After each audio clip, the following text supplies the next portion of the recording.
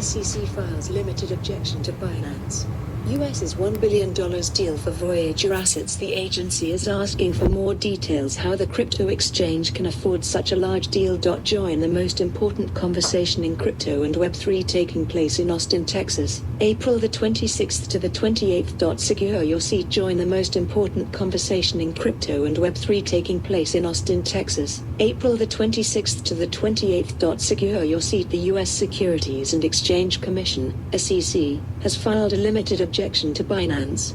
US's proposed $1.02 billion purchase of the assets of bankrupt crypto lender Voyager. In its filing, the SEC questioned the adequacy of the information in Binance.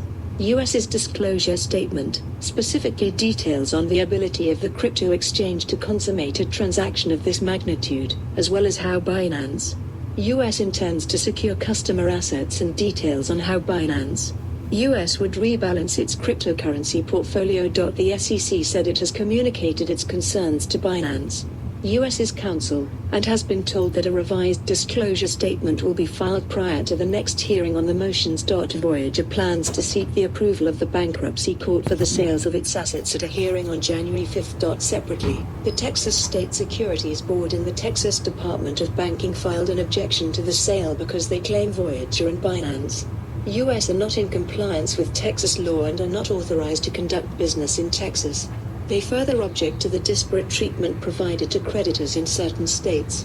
The $1.02 billion bid represents the fair market value of Voyager's cryptocurrency portfolio, which follow the URL for the full article for more on this story.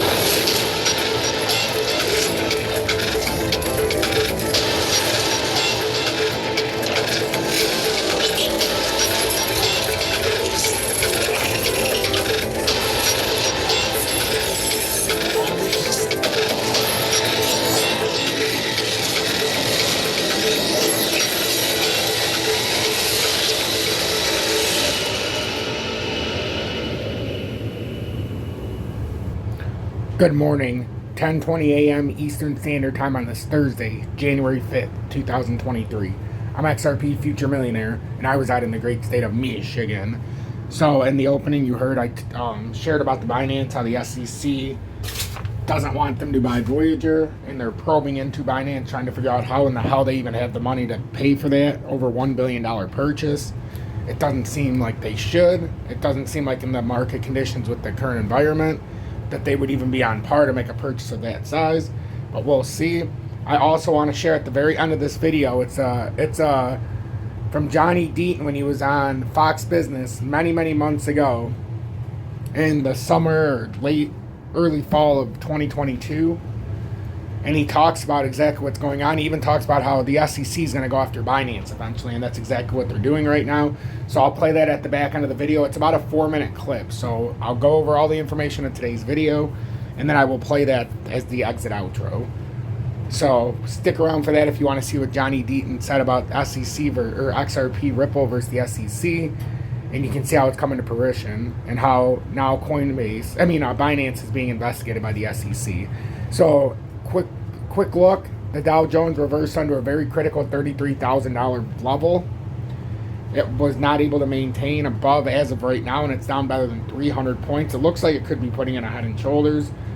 It did the cup and handle like we said yesterday, and now this could be the rejection point because it looks like a bear flag is formed, and we're below the 20-day. Now if we continue down, we're going to want to see the first proper burial would be to break 32,500. Then some big stuff to the downside can happen.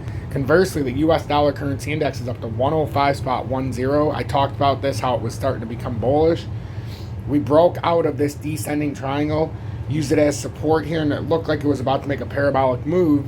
It's just we have to wait for it now to see if it can follow through and push up past the 105.372 and ultimately come back up to the 106.20. If it breaks 106.20, as you can see, this is a descending triangle. This is usually a bullish reversal at the bottom with the way it's traveling. So I would anticipate it to come up to at least 106.20 to at least try to see if we can get bullish. But that's something to definitely pay attention to in the crypto markets, is how big of a reversal the US dollar has had. And as you can see, it's up better than $2 almost in the last couple days. Today alone, it's up 87 cents. Yesterday it was up over $1. So, I mean, we're having a hell of a rally here. from 103 spot, what was it? It was in despair. 103 spot 38 to where we currently are right now. We're up $1, over $1.80 from the bottom. So that's a big turnaround in the U.S. dollar currency index. The U.S. 10-year government bonds up 2.25%. We got gold and silver under some pressure. The gold-silver ratio, though, is back up to 78.5, which is becoming a nice time to buy some silver again. Gold's down $23 to $18.30, getting back towards some critical support areas, and silver is approaching that $23 level very closely now, down 48 cents or 2.05%. Commodity stocks are under pressure. Copper's up 1.73% to 3.804 per pound. Platinum's having some pressure, down $17 now to 1,063. Tether remains off par with the dollar, but I have some things with Tether that I'm going to be talking about in the days to come because I believe Tether's about to meet its maker. It's going to happen in 2023, especially if they start to uncover the fraud that's going on underneath. And XRP's down to 3,408, down 1.84%. We just could not break over here, and I talked yesterday about how we had to break this downtrending resistance. I've talked about this for the better part of a month, it feels like, as it continuously goes back all the way to the 18th, 17th of December around my birthday. The downtrending resistance line at that 348, we have to break that to continue pushing up in a bullish narrative, and then we would have 355 above that. But if 348 can't break, we had a 348 resistance, we were saying a 342 or 344 trying to stay above, but 348 was that heavy resistance. Underneath, we have 335 as the major support in the area. So it's one of those things. Are we going to break 348 first or break below 335? If we break the 343 to the top side, our next major move would have been up to here at about the 355 and then ultimately the 36-cent mark to try to break this downtrending resistance. Conversely, if we break down the 335, as you can see, they're all here in this area. This 348 was very critical, and it was actually the telling point of the pattern. Otherwise, we're going to continue to fall farther down. And if we break the 335, it's one of those look out below moments. Because after 335, the bottom of the descending triangle is around 16 cents. And we're really going to struggle to find areas. So you've got 335, and then you've got the 324. So remember, 335, 324. Some people say 328, but 324 is the ultimate below that. And then you got the 318, 304, things like that you have to worry about. But in the immediate short term, I'm more worried about the 335 and the 328. And then here's the 324 we just talked about. So ultimately, if you can hold a 324, the pattern won't break. But once you break that, then you've got the 287 down below as the next major support. We've got this double bottom support that would be at about 2997, 30 cents. So that 30-cent support is going to be critical as well. That's your overextension. But right now, if XRP continues to pull down, this will invalidate that bull flag that it tried to create. And if it continues to push down any farther and breaks this 335, that's when we have some real problems, because then the 324 level gets put into real serious jeopardy. And once you break that area, there's not much below, as I've shown. There's not much below at all, ladies and gentlemen. And then here's the 324 is just so critical after the 335. So if the 335 does fail, that is the very next level would be the 324 that I'd be really paying attention to, because it's popping up in every single chart, that 324. It becomes the last-ditch effort of support after the 335 falls. So pay attention to that, as once again, we're falling outside the bear flag as we tried to push back up, but we just could not get back above the 36-cent mark up here. We just can't do it. I mean, the 35-cent mark. It's the 348, we can say. 351. We just can't get back up in the bear flag. It's just not happening. Bottom line is, it's not happening. XLM, same thing. We could not get back out of the... We talked about this. We fell back into this ascending triangle pattern that we created. And it would cause the pattern resistance to be right here at 0.075 and the pattern support at 0.064. And we're right in there. We can't break above. We're still in this bear flag. We might have a minor inverted head and shoulders, but this could just be for nothing. And this could just continue down And this could go bam, boom, rejection, and bam, and build its own pattern way down at about the 5.5, 6 cent mark. So there's nothing to be encouraged about with the crypto markets right now. A lot of people are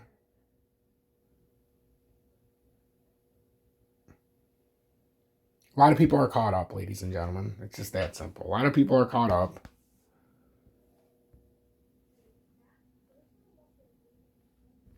And by being caught up with some of the broader market, they're not paying attention to what's actually going on. Like if you look at XLM, we can see that downtrending resistance line. So pay attention to that where XLM and XRP are now DGB. DGB is much the same. DGB is riding this uptrending support. It's trying to break out above the 802. It's had a hell of a time trying to break above to try to push to 87. So the 00801 is a very critical support level, but it's at the moment on the top side of it, it's just we're not able to get any kind of broader market support. And even if we push above 801, we ultimately did break this 820. So if you're paying attention, you have the 80 support, 821 resistance for DGB. So what's going to break first? 008 or 00821? It's such a tight range of 0.2 of a penny. So we're going to see, but right now it looks very bearish. It just, we don't have any broader market support. And then we'll take one quick look at Bitcoin. This downtrending resistance line, it's this channel. We've got to maintain a push over that 16,900 ultimately. We just haven't been able to do it yet. We're still on the bottom side of it. We're about $57 short. And if we can push up, this is the area that we're showing support on. If it happens, 16,800 you can even say as last ditch support. So you got resistance at 16,900, underneath support at 16,800. It's really which one breaks first. We break down the 16,800 wall or push above the 16,900. That's as easy as I can make it for everybody. I know it seems crazy, but this is the best we can do, and it's the most transparent and the easiest to pay attention to. If you want to join Tom's Army, click on any of the past videos. I did a fantastic video, a later video last night. I only got less than 400 views. Hey, you know, that's the way it goes. But I'll continue to put the work in. You guys watch if you want. If you don't want to, I have nothing to do with it. If you want to join me on BitGet or MEXC so you can join with no spot fees, it's right there. And then if you want to join me, XRP Future Millionaire, join the community. Show me that support. Haven't had much support this new year. Had a few people. I'd greatly appreciate it. I bust my ass for each and every one of you. I'd appreciate the support. Hit that like button. At least subscribe to the channel and share this on social media. So we're going to end it this way. It's going to be about a 4-minute video. Hopefully you enjoy it. Keep yourself informed. And come back for the next update. No fucking excuses. Between the SEC and crypto company Ripple. Lawyer John Deaton is very much a part of that case. He's been there since the start, representing 68,000 retail investors that hold XRP. He joins us now with Charlie Gasparino. Charlie, take it away.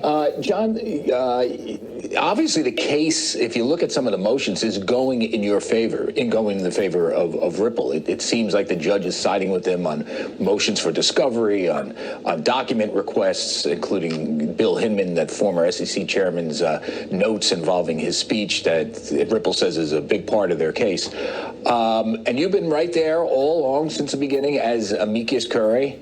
And now, from what we understand, they want you gone. They're trying to get you off the case. What happened?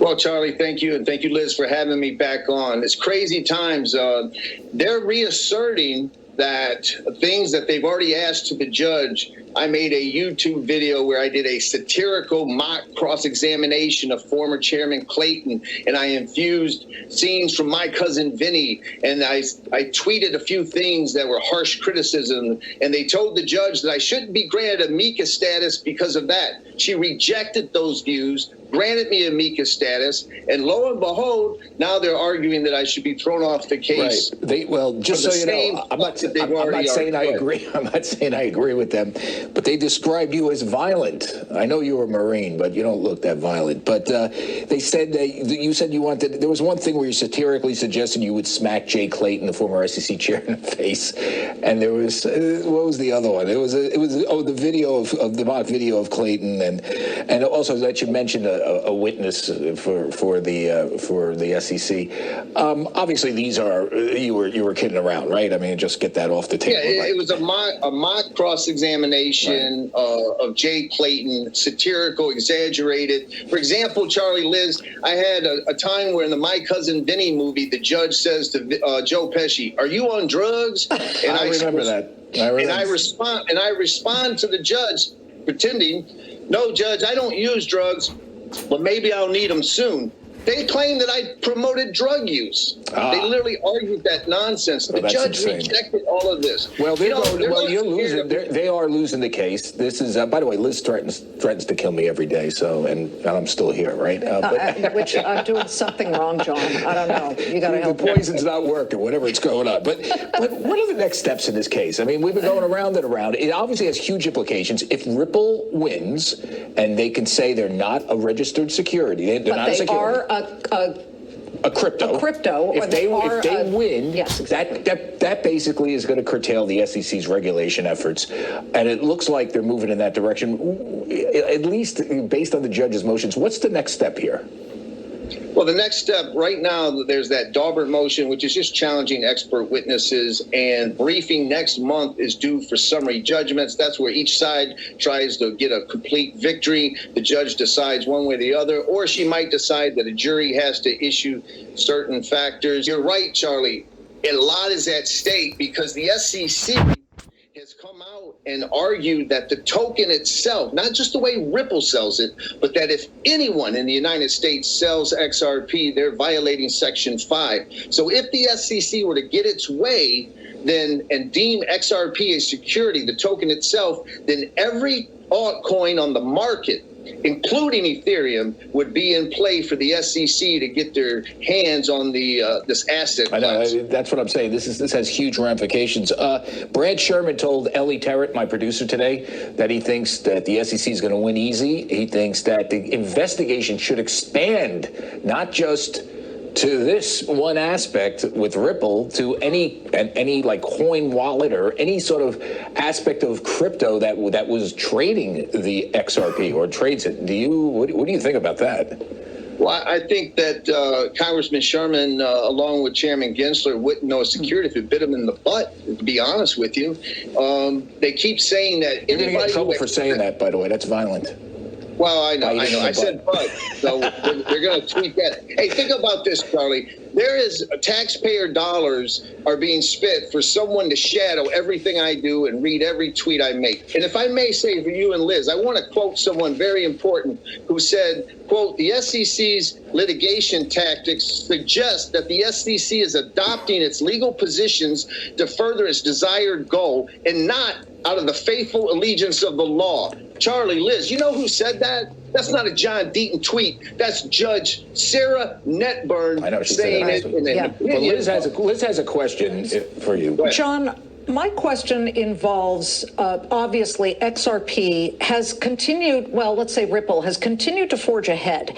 In fact, they've got a pretty decent overseas business, don't they now? So they're legit overseas. Is there any way to somehow split the difference? I mean, if the SEC suddenly says you guys are a security and not a currency, and that becomes a disaster here in the U.S., can they still continue to do business and make profits overseas?